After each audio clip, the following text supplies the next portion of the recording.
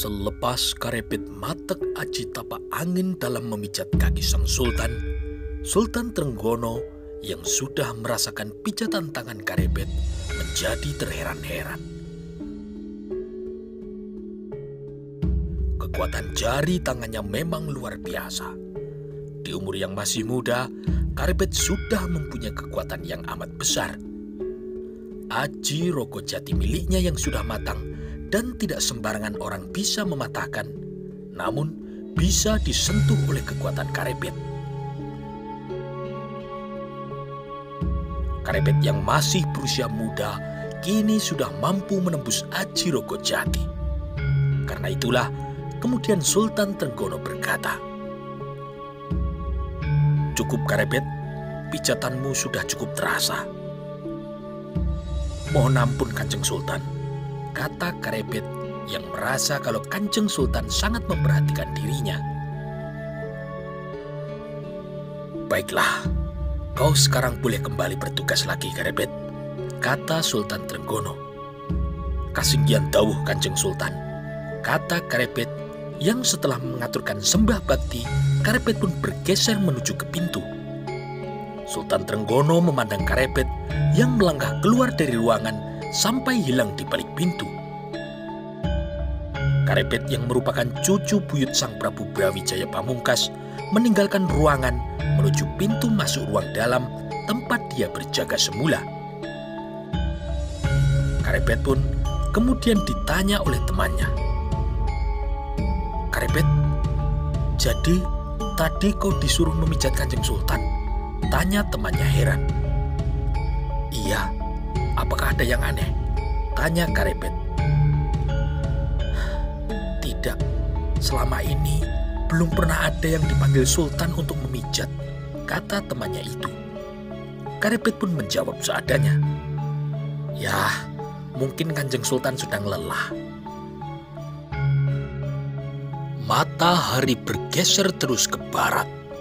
Ketika langit berganti menjadi gelap, Karepet pun pulang ke tempat Paman Ganjur dan bercerita tentang perintah untuk tinggal di rumah khusus untuk prajurit di dalam lor. "Jadi, besok malam kau sudah tidak tidur di sini, Karepet?" tanya Ki Ganjur. "Iya, Paman. Aku diperintahkan untuk tidur di dalam lor," kata Karepet. "Baiklah, jaga dirimu baik-baik Karepet.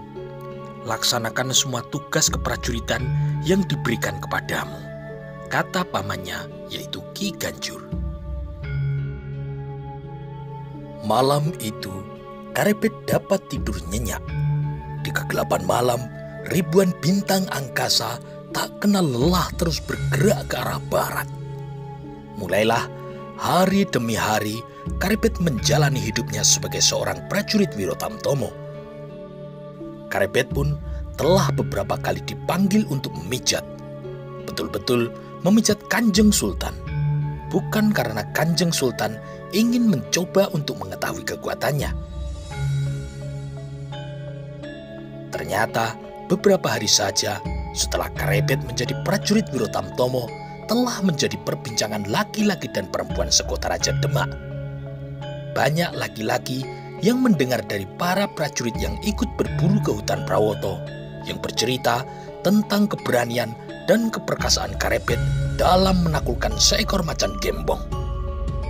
Sedangkan yang perempuan banyak yang jatuh hati ketika melihat ketampanan Karepet. Apalagi ketika Karepet sedang mengenakan pakaian prajurit Wirotamtomo. Di suatu pagi yang cerah, Karepet telah selesai melakukan magang beberapa hari dan pada hari itu dia mendapat tugas berjaga di depan ruang dalam. Sudah beberapa hari ini, setiap pagi ada seorang perempuan setengah baya, cantik dan juga menarik. Setiap lewat, ia pasti tersenyum kepada para penjaga dan memberikan senyum yang paling manis kepada Karepet. "Shh, itu siapa?" tanya Karepet kepada temannya sesama prajurit Wirotamtomo yang bernama Tumpak. "Yang mana?" tanya Tumpak. "Itu," kata Karepet sambil menunjuk perempuan itu dengan dagunya.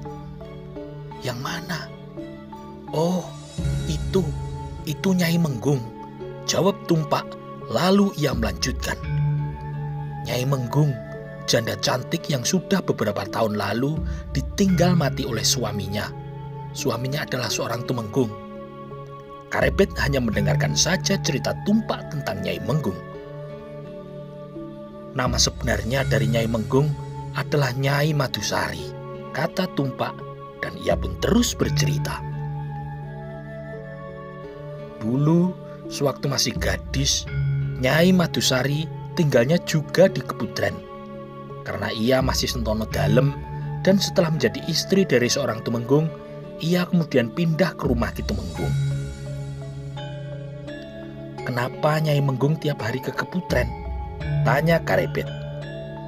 "Ya, karena Nyai Menggung mengajari putri Kanjeng Sultan yang sudah menginjak dewasa. Putri itu namanya Sekar Kedaton Gusti Putri Mas Cempoko. Nyai Menggung mengajari Ngadi Busono dan Ngadi Saliro." Karebet hanya mendengarkan saja semua cerita dari Tumpak. Pikirannya sedang mengembara mencari satu nama, yaitu Sekar Kedaton Kasultanan Demak Gusti Putri Mas Cempoko. Siang harinya, ketika matahari sedikit condong ke barat, terlihat pintu Kepudren sedikit terbuka, dan kemudian keluarlah seorang wanita setengah baya yang masih cantik. Ia adalah Nyai Madusari. Langkah kaki dari Nyai Madusari perlahan-lahan menuju pintu gerbang. Lambaian tangannya enak dipandang seperti belarak sempal. Ketika lewat di depan Karebet, Nyai Madusari tersenyum manis kepada Karebet dan terdengar suara merdu memanggil sebuah nama. "Karebet." Karebet tersenyum dan dilihatnya Nyai Madusari berjalan terus keluar dari pintu gerbang. "Coba misalnya kalau aku setampan kau, Karebet, Nyai Menggung pasti sudah menjadi istriku," kata Tumpak sambil tertawa. Karebet pun juga ikut tertawa ketika mendengar kata-kata dari Tumpak. Waktu terus berjalan. Beberapa hari kemudian, tidak jauh dari kota Raja Demak, di sebuah lapangan yang agak luas di tepi sebuah sungai, dua orang pemuda yang berada di punggung kuda terlihat sedang membicarakan sesuatu. "Ki Lurah, kudamu digeser agak ke utara sedikit. Jangan terlalu dekat dengan Gagak Rimang," kata seorang pemuda yang duduk di atas punggung kuda hitam yang gagah. "Baik, Raden," kata orang yang diajak bicara itu adalah Lurah Pasarpon. Sambil memajukan kudanya, lalu ia pun turun dari punggung kudanya mendekati pemuda yang mengajaknya bicara. "Raden Penangsang, apakah Raden sudah mendengar apa yang dibicarakan orang-orang sekota Raja Demak?" kata Lurah Pasarpon. "Membicarakan tentang apa?" tanya pemuda itu. "Aryo Penangsang, kemenakan Kanjeng Sultan Trenggono."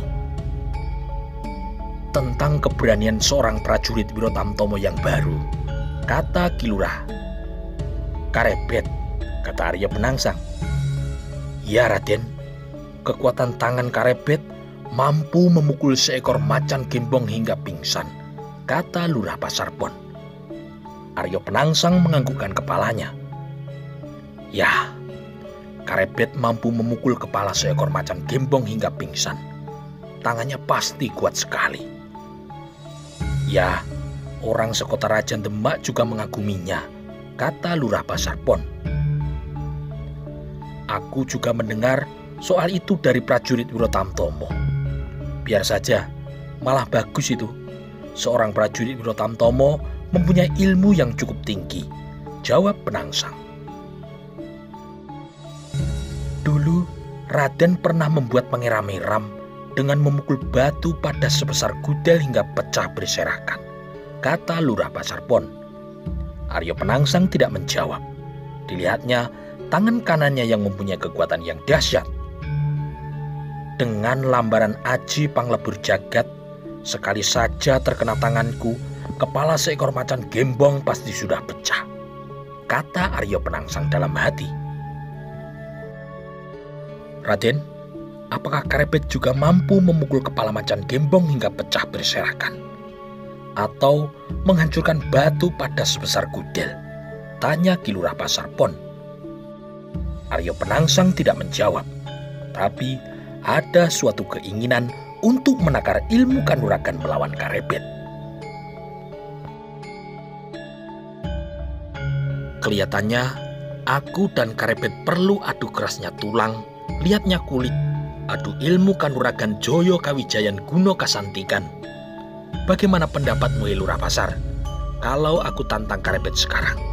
Tanya Arya Penangsang. Raden, misalnya Raden suatu saat bisa bertanding ilmu kanuragan melawan Karepet, kalau Karepet kalah dan mati seperti Suro Alap-alap yang telah Raden bunuh, apakah Kanjeng Sultan tidak marah kepada Raden? Kata Lurah Pasarpon. Arya Penangsang mengangguk-anggukkan kepalanya. Kemudian ia pun berkata, "Ya, Kanjeng Sultan pasti akan murka kalau aku tanpa alasan membunuh seorang prajurit Wirotamtomo. Kalau Raden Penangsang bertanding melawan Karepet yang cuma seorang prajurit Wirotamtomo, perbandingan kekuatannya tidak seimbang, Raden," kata Lurah Pasarpon. Arya Penangsang menarik nafas dalam-dalam untuk menekan hasratnya yang menggelora. "Ya, kalau aku menang tidak akan menjadi terkenal. Kalau aku kalah, aku hanya akan mendapat malu," kata Arya Penangsang yang telah kehilangan hasrat untuk bertanding melawan Karepet. Sebenarnya, Penangsang memang segan dan takut kepada pamannya. Di samping sebagai seorang sultan yang merupakan penguasa tunggal di Kesultanan Demak, ilmu kanuragan Kanjeng Sultan juga sangat tinggi, hampir tak terukur, serta menguasai beberapa aji Joyo Kawijayan yang tidak akan dapat dilawannya. Biar saja Karepet mampu mengalahkan seekor macan gembong. Tidak apa-apa, itu bukan urusanku. Ayo, sekarang kita berlatih berpacu kuda. Ki Lurah, kau pacu kudamu lebih dulu, nanti aku kejar, kata Arya Penangsang. Ki Lurah segera naik ke atas punggung kudanya dan memacu kudanya lari terlebih dulu. Beberapa saat kemudian, Arya Penangsang di atas punggung Gagak Rimang memacu kudanya secepat kilat mengejar kuda di depannya. Pada saat yang bersamaan, di depan Keputren, dua orang prajurit Wirotamtomo sedang berjaga. Salah satu prajurit itu adalah Karepet. Karepet tidak menyadari bahwa dirinya sedang diperhatikan oleh dua pasang mata yang mengintip dari balik pintu Keputren yang sedang tertutup. "Itu pemuda tampan yang bernama Karepet, Gusti Putri," kata salah seorang yang mengintip. "Nyai Menggung, ternyata Karepet memang seorang pemuda yang tampan," kata orang yang mengintip lainnya. Orang yang mengintip lainnya itu adalah Sekar Kedaton Kesultanan Demak, yaitu putri Kanjeng Sultan Trenggono bernama Gusti Putri Mas Cempoko. Di samping tampan, kata orang-orang, keberanian dan ilmu kanuragan Karepet memang luar biasa. Katanya, dia di hutan Prawoto mampu mengalahkan macan gembong sebesar kerbau, kata Gusti Mas Cempoko. "Iya Gusti Putri, kata orang-orang memang begitu," jawab Nyai Menggung. "Nyai Menggung, aku ingin sekali bisa ketemu dengan Karepet," kata Gusti Mas Cempoko. "Sulit Gusti Putri, hanya saya saja yang bisa ketemu dengan Karepet," kata Nyai Madusari sambil tersenyum. "Ah kau," kata Gusti Putri Mas Cempoko. Sore harinya terlihat Karepet pulang dari berjaga di keraton. Setelah keluar dari pintu gerbang keraton, di jalan ia berpas-pasan dengan Nyai Menggung. Dan seperti biasanya, Nyai Menggung memberi senyum yang manis. "Karepet," panggil Nyai Menggung. "Iya Nyai Menggung." Karepet, panggil nama saya saja, Nyai Madusari, kata Nyai Menggung. Iya Nyai Madusari, kata Karepet. Karepet, kau jangan bilang siapapun. Gusti Mas Cempoko ingin bertemu denganmu, kata Nyai Menggung. Karepet terkejut. Dia tidak sempat menjawab karena Nyai Menggung sudah berjalan kembali. Malam harinya, Karepet sulit sekali memejamkan matanya. Di angan-angannya hanya terbayang satu nama yang telah mengutarakan maksudnya untuk ingin bertemu dengannya, yaitu Gusti Mas Cempoko. Gusti Mas Cempoko adalah Sekar Kedaton Kasultanan Demak, putri seorang Kanjeng Sultan Trenggono. Keesokan harinya, seperti biasa, Karepet mendapat tugas berjaga. Kali ini, Karepet bertugas berjaga di gedung pusaka. Ketika seorang prajurit Wirotamtomo menemuinya, Karepet, kata prajurit itu. Iya Tumpak, ada apa? Tanya Karepet. Kau dipanggil Tumenggung Gajah Birowo sekarang di ruang Wirotamtomo. Di sini, sementara aku yang berjaga, kata Tumpak. Baik, aku ke sana sekarang, kata Karepet, dan ia pun kemudian berjalan menuju ruangan Wirotamtomo. Karepet berdiri di depan pintu. Saat kemudian terdengar suara dari dalam. Masuklah Karepet. Karepet masuk ke dalam ruangan. Di sana sudah ada 4 orang. 2 di antaranya sudah dia kenal, yaitu Tumenggung Gajah Birowo dan satunya lagi Lurah Wiryo Sentiko. Sedangkan 2 orang lainnya belum dikenalnya. Tetapi terlihat dari pakaiannya, dia adalah seorang Tumenggung dan seorang Ronggo. Duduklah Karepet, kata Tumenggung Gajah Birowo. Setelah mengangguk hormat, Karepet pun duduk bersama mereka. Karepet, di sebelah saya adalah Ki Tumenggung Suronoto dan Ki Ronggo Pitekso. Keduanya baru pulang dari bertugas di daerah Pati, kata Tumenggung Gajah Birowo. Hormat saya Ki Tumenggung dan Ki Ronggo, kata Karepet. Kau keponakan Ki Ganjur? Tanya Tumenggung Suronoto. Iya Ki Tumenggung, mohon maaf, saya pernah menumpang menginap beberapa hari di dalam Suronatan, kata Karepet. Ya, tidak apa-apa Karepet, kata Tumenggung Suronoto. Karepet, kata Tumenggung Gajah Birowo. 3 hari lagi, Kanjeng Sultan Trenggono beserta Prameswari dan Putri Sekar Kedaton, yaitu Gusti Mas Cempoko, akan pergi Langen Suko. Ingin pesiar naik perahu ke pantai. Iya Ki Tumenggung, jawab Karepet. Silakan Ki Tumenggung Suronoto yang menjelaskan kepada Karepet, kata Tumenggung Gajah Birowo. Karepet, kata Tumenggung Suronoto. Nanti yang akan ikut mengawal ke pantai ada beberapa orang. Di antaranya adalah aku sendiri, Ki Ronggo Pitekso, Tumpak, dan kau Karepet. Sebelum kau mengawal Kanjeng Sultan naik perahu, ada tugas penting yang harus kau laksanakan besok pagi, kata Tumenggung Suronoto. Baik Ki Tumenggung, jawab Karepet. Besok pagi, Ki Ronggo Pitekso bersama kau dan Tumpak naik perahu sampai ke pantai untuk memeriksa dan memastikan sungai yang akan dilewati Kanjeng Sultan dalam keadaan aman. Besok kau berangkat pagi hari dan yang memimpin adalah Ki Ronggo Pitekso, kata Tumenggung Suronoto. Baik Ki Tumenggung, jawab Karepet. Ya, hanya itu saja. Jangan lupa besok pagi berangkat bersama Ki Ronggo Pitekso. Dan sekarang silakan kembali bertugas menjaga gedung pusaka, kata Tumenggung Suronoto. Karepet kemudian mohon diri dan berjalan kembali ke gedung pusaka untuk melanjutkan tugasnya di sana. Besok kita berangkat pagi hari, kata Karepet kepada Tumpak.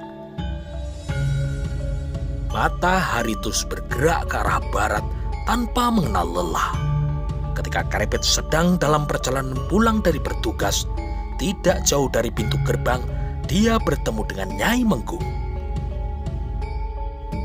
"Bagaimana Karebet? Apa jawabanmu?"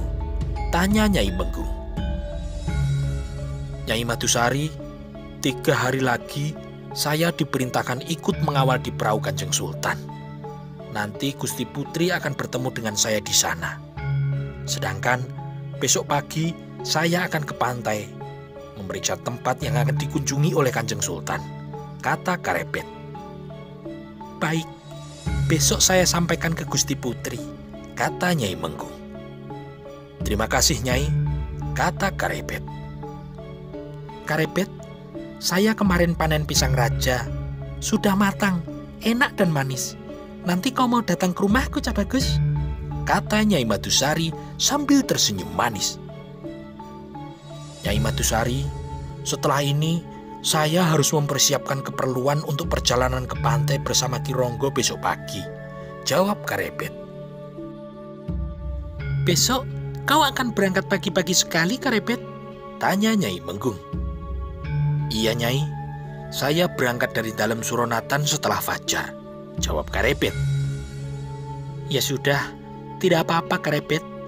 Tetapi lain kali kau harus datang ke rumahku, Cak Bagus," kata Nyai Madusari. Ia pun segera berlalu dari pandangan Karebet. Keesokan harinya, matahari di langit sebelah timur belum begitu tinggi. Sinarnya menghangati bumi kota Raja Demak ketika 3 orang laki-laki berpakaian petani keluar dari pintu gerbang keraton. 2 orang prajurit Wirotamtomo beserta seorang perwira berpangkat Ronggo tanpa mengenakan prajurit keprajuritan berjalan ke arah timur. Mereka berjalan menuju Sungai Tuntang yang terletak di sebelah timur kota Raja Demak. Di tangan Karebet tergenggam sebuah bungkusan yang berisi 3 buah pedang pendek dan sedikit bekal untuk makan dan minum. Belum lama mereka berjalan. Di hadapan mereka terlihat seorang gadis tanggung, seorang perawan kencur. Di tangannya tergantung sesisir pisang raja. Gadis itu menghampiri Karebet dan memanggilnya. "Kakang Karebet." Karebet berhenti dan bertanya, "Siapa namamu, Nduk Cahayu?" "Menur," jawab anak perempuan itu. Lalu pisang rojo yang dibawanya diberikan kepada Karebet. Setelah memberikan pisang, Menur pun lari menjauh. Karebet pun lalu memasukkan pisang itu ke dalam bungkusan yang dibawanya. "Siapa dia?" tanya Karebet seakan-akan kepada dirinya sendiri. "Menur, gadis yang cantik, secantik ibunya, Nyai Madusari," jawab Ki Ronggo sambil tertawa diikuti oleh tawa si Tumpak. Ternyata Ki Ronggo pun suka bercanda. Karebet akhirnya juga ikut tertawa. "Dulu, sewaktu aku masih muda, Nyai Madusari tidak mau kujadikan istri. Aku kalah bersaing, dikalahkan oleh Ki Tumenggung," kata Ki Ronggo sambil tertawa, dan mereka bertiga pun kemudian tertawa lepas bersama. Ketiganya berjalan terus. Sebentar lagi mereka akan sampai di tepi Sungai Tuntang. "Di sungai, apakah sudah disiapkan sebuah perahu kecil?" kata Ki Ronggo Pitekso. "Iya Ki Ronggo," jawab Karebet dan Tumpak hampir bersamaan. Beberapa saat kemudian sampailah mereka bertiga di tepi Sungai Tuntang. Dan di tepi sungai itu sudah tertambat sebuah perahu kecil yang di dalamnya terdapat 2 buah dayung. "Itu perahunya, ayo kita ke sana," kata Ki Ronggo. Mereka bertiga pun kemudian menurungi pinggir sungai, melepas tali yang masih tertambat pada sebuah pohon. "Hati-hati, jalannya licin. Kalau kalian terpeleset masuk sungai, kalian akan berubah menjadi 2 ekor buaya putih," kata Ki Ronggo sambil tertawa, disusul oleh Karebet dan Tumpak yang juga tertawa berderai. Setelah tali yang tertambat di sebuah pohon sudah dilepas, mereka bertiga pun naik ke atas perahu. Tak berapa lama, perahu itu pun pelan-pelan meluncur ke arah utara menuju muara sungai. Dua orang prajurit yang berpakaian petani, Karepet dan Tumpak, duduk agak di belakang, di sebelah kanan dan kiri, masing-masing memegang sebuah dayung. Mereka menggerakkan dayung dengan kuat, dan perahu pun bergerak ke depan menyibak air sungai Tuntang. Perlahan-lahan, perahu itu berjalan terus, berkelok-kelok mengikuti alur sungai menuju ke muara. Pepohonan sudah mulai agak jarang. Udara yang bertiup sudah mulai berbau angin laut. Hati-hati, mulai daerah ini sampai di muara, kadang-kadang muncul 1 atau 2 ekor buaya muara, kata Ki Ronggo Pitekso. Baik Ki Ronggo, kata Karepet dan Tumpak bersamaan. Perahu pun masih tetap melaju pelan ke arah laut. Sungai yang terlihat semakin lebar, angin laut bertiup kencang menerpa pada wajah-wajah mereka.